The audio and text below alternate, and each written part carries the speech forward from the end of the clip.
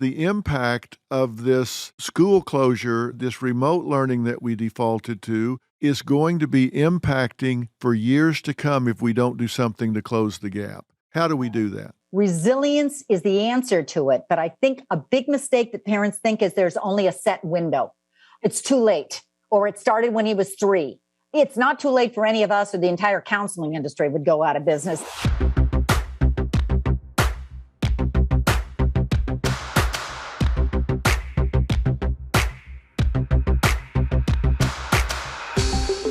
Meghan Trainor. Listen, let me tell you a little about her before we start talking to her. She first made history with her Diamond Certified Smash single, All About That Bass.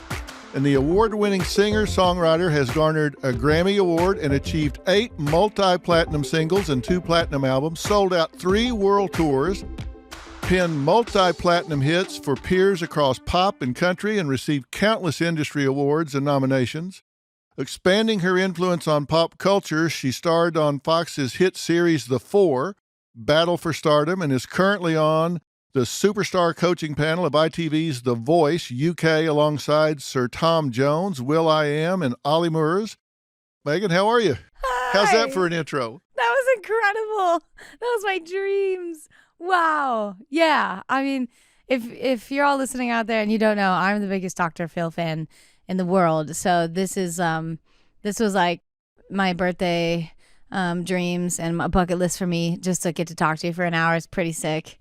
And hearing you say all those words, like, my heart just stopped for a minute and now it's back. Listen, think about that. You've done a lot of stuff. It's crazy how you can like forget all that too, or forget a lot of it. And like, I mean, here, this is like, it's crazy because like you're my favorite person ever, and they're like, what would you ask Dr. Phil when you get to talk to him? And I'm like, the only thing I could think of is like, hey, how do I be not so critical on myself? Like how, like when you read all that stuff, I just like forget it all, and I go back to like, no, you're not good enough, be better, and work on yourself every single day. You've been pretty transparent about your feelings, anxiety, depression, the doubts that we started talking about in the beginning. Have people talked to you about that? Having your fans and stuff like that? Because that seems to me to be hugely inspirational.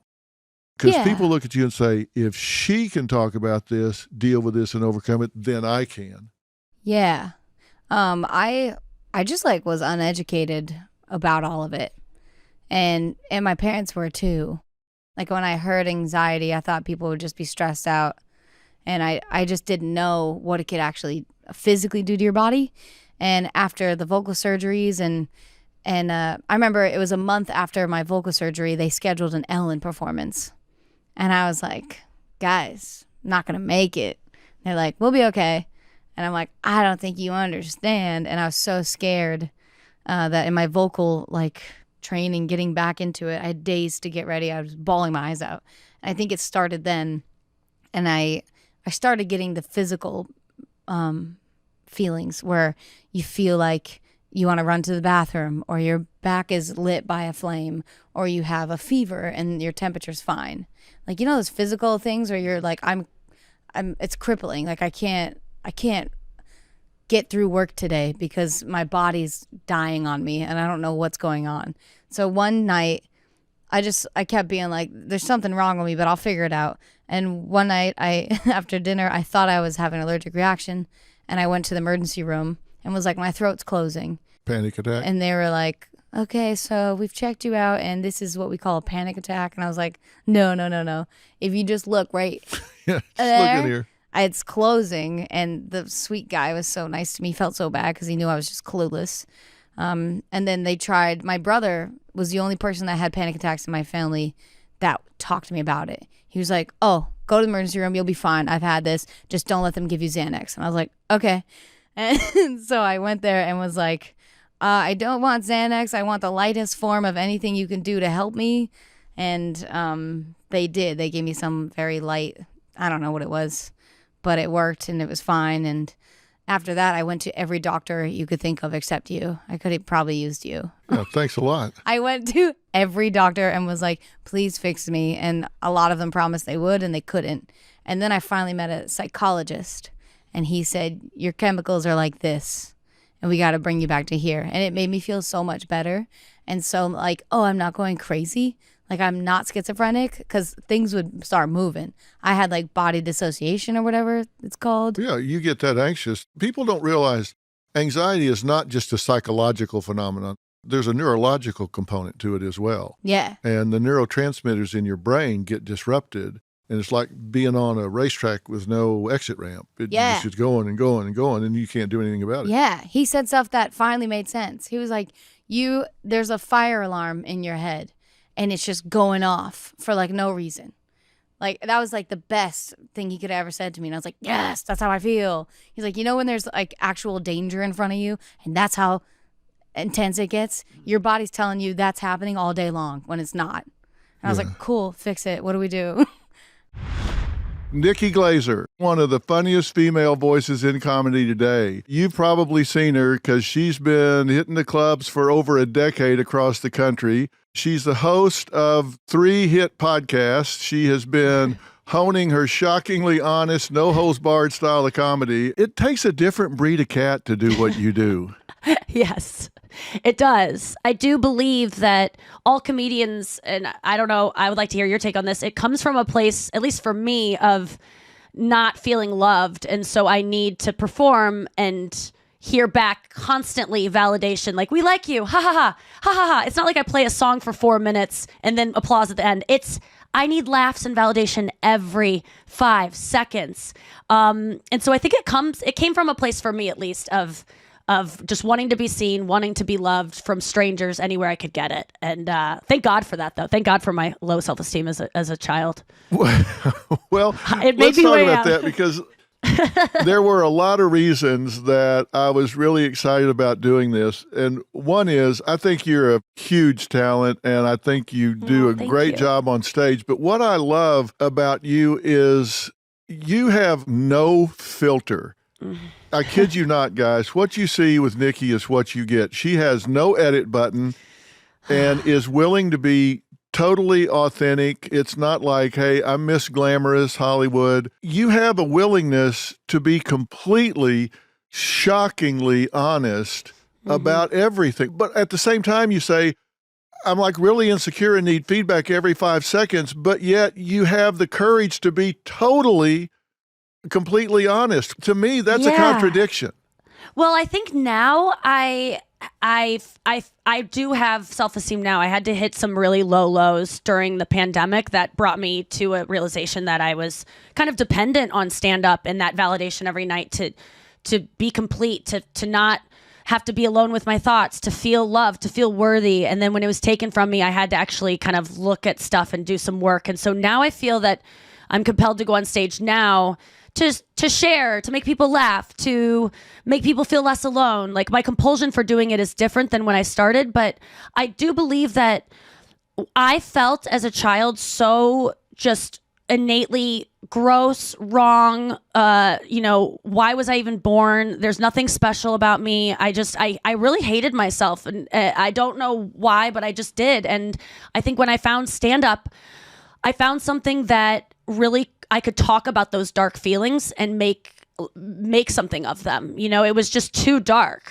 How did you go from feeling like, okay, I don't fit anywhere, I don't have a peer group, I don't fit in, I'm not what I want to be, to having the courage to get in front of an audience and tell your first joke, your first set, your first 2 minutes? Yeah. Well, to tell you the truth, I was about to die of anorexia. I had just, committed to kind of committing suicide in a really slow way that just took over my life. And I was at school and I was in college. I had convinced my parents I was well enough to leave and go off. And I was just going to die because I didn't know what to do. I had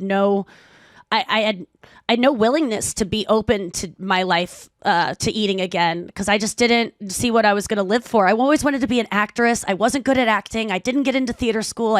All the things I wanted to be didn't happen for me. I got really good at dieting, and which turned into something that I could not control any longer. And my life was hell, like starving all day and not knowing how to stop, everyone being mad at me. But when I went to college, I was so scary looking. I looked so terribly thin, and everyone was so worried about me.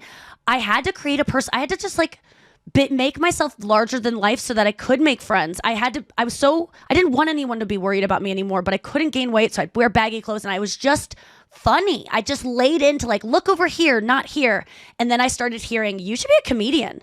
And I was just desperate for anything. So I Googled female comedian. I saw some comedians that I just thought, oh my God, they're just being so honest. And I think my problem was I'd never been able to be really honest about the stuff I struggled with. And I thought maybe this is an outlet. And then I ended up being pretty good at it. And it was the first thing that I was like, oh, I have a knack for this. And so the first time I went on stage, I just made a decision. I got to figure out this eating disorder because I finally have something I want to live for. And so I started, I just sought treatment.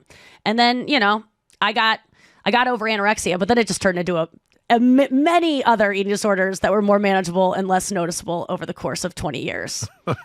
So you just had symptom substitution. You just switched them for other things. Oh yeah. That's all I do, Dr. Phil. I quit drinking 10 years ago. Then I smoked pot.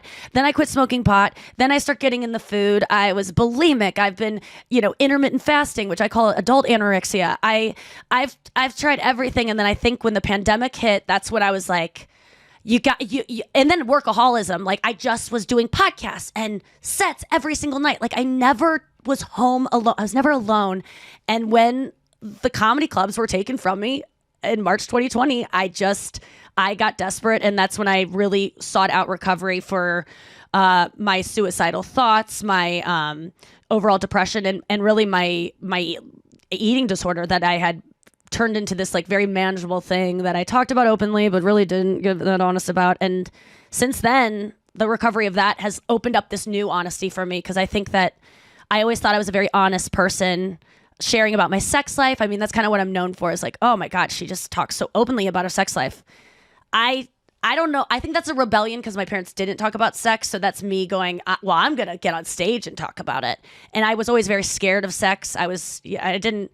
I talk about sex all the time in my act, but I didn't lose my virginity till I was 21. I didn't have a boyfriend till I was 24, and then didn't have a boyfriend that didn't have another girlfriend till I was 29. I mean, these are I talk about things that I'm scared of, and but now I actually feel like I can be completely honest now, which is almost scary because you always want something in your back pocket that you're holding on to be like, this is my truth. But I'm kind of I'm not, there's nothing shameful about my life anymore. And if there is, it's okay. Charlemagne the God has also just written a book called Shook One, Anxiety Playing Tricks on Me, and it's been out for just a little while. He is already a New York Times best-selling author. His first book was Black Privilege, and his current book is Shook One. Yes, sir. And guys, I've read this book. In fact, I marked stuff up. And it looks like a church Bible the way you got it marked up. And I've got things marked all through it. And I got to tell you, I had him on my show. One of the things he said is that he's not an expert. He's just got life experience. But let me tell you, he's used that life experience in a very insightful way. So if you haven't read Shook One, I stand by this book. I recommend it. I think that it is insightful. I think it is inspirational. And I think you will find things in here that will change the way you approach the challenges in your life. And I think you will bitch less and whine less after you read it.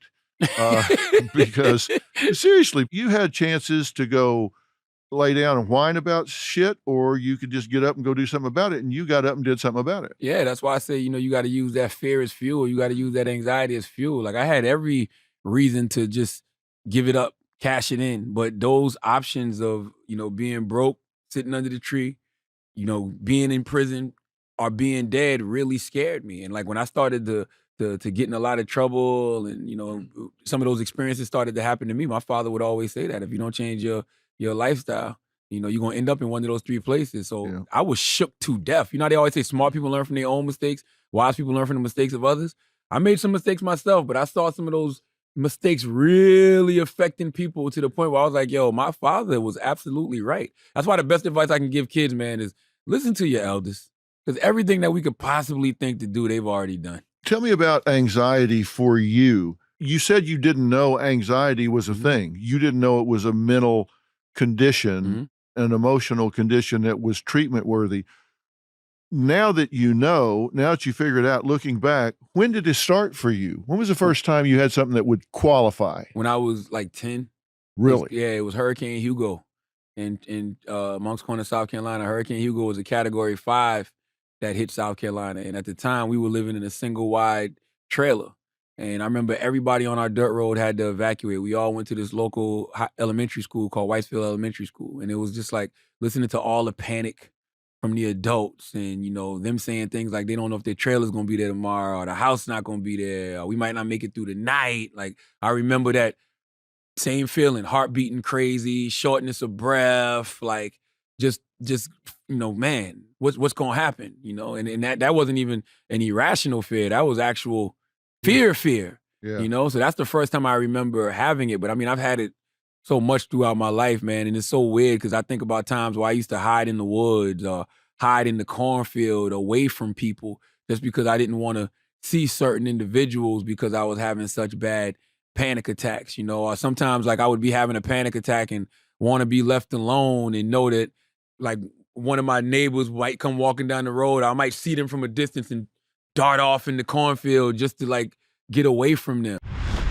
Dr. Michelle Borba, internationally renowned educator, recognized for her solution-based strategies to strengthening children's character, their resilience, and reducing peer cruelty. The impact of this school closure that we've had, this remote learning that we defaulted to, is going to be impacting for years to come if we don't do something to close the gap. How do we do that? Well, number one is resilience is the answer to it. But I think a big mistake that parents think is there's only a set window. It's too late, or it started when he was 3. It's not too late for any of us, or the entire counseling industry would go out of business. So first, we add it to the plate. And second of all, we start chunking this whole thing called resilience. When I was writing Thrivers, my goal was to look at 7 traits that are highly correlated to success. Not every kid needs all 7 of those. Can you tell us the 7? Oh, sure. It starts with confidence. Confidence is knowing your strengths. And let's help our kid focus more on their strengths as opposed to their weaknesses. 77% of the time, we try to fix the kid as opposed to help them learn where you're going with your strengths. You know, the simplest thing that Emmy Warner discovered? Many of the children who really had extreme adversity in their life had a hobby. And the hobby, I didn't make a difference. It was guitar or books or hiking. They would go to that to decompress. Dr. Phil, when I was interviewing kids and said, what's your hobby? Many of them looked at me absolutely dumbfounded. Who's got time for a hobby? So that's number one. We've got to start with that. Maybe we start being talent scouts. We walk around the house and we look at tuning into what our kids are good at as opposed to what their weaknesses are and start pointing that way.